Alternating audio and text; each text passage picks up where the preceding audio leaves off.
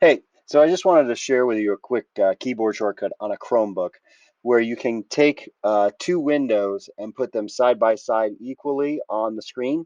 Um, I use this all the time, and a teacher pointed out to me, and I said, "Yeah, that's a cool shortcut." And I realized I might be taking it for granted, so I thought I would share.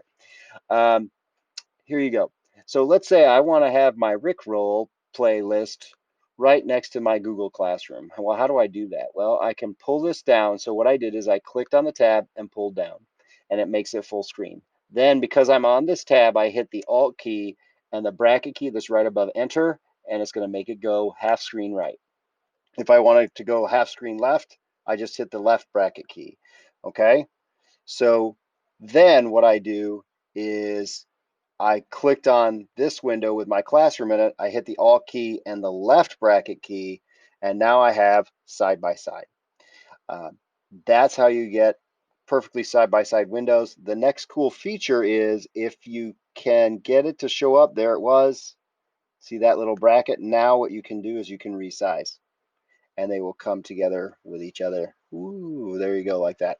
So that is how you get two windows side by side. All right, see you later.